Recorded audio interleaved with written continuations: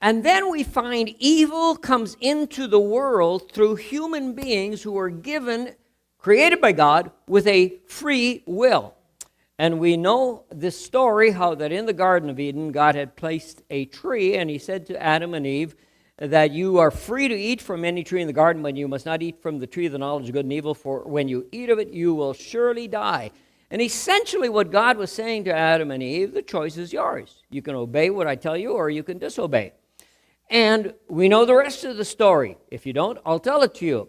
Against the will of God, Adam and Eve took of that forbidden fruit. And we read in Genesis 3:6, and when the woman saw that the fruit of the tree was good for food and pleasing to the eye and also desirable for gaining wisdom, she took some and ate it, and she also gave to her husband who was with her, and he ate it.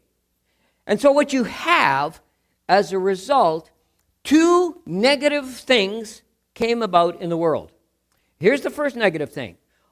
A sinful human nature on all human beings.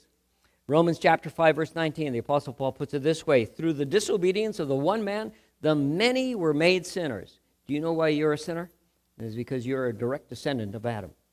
You have the sin nature that came upon him and was passed on generation to generation down to you.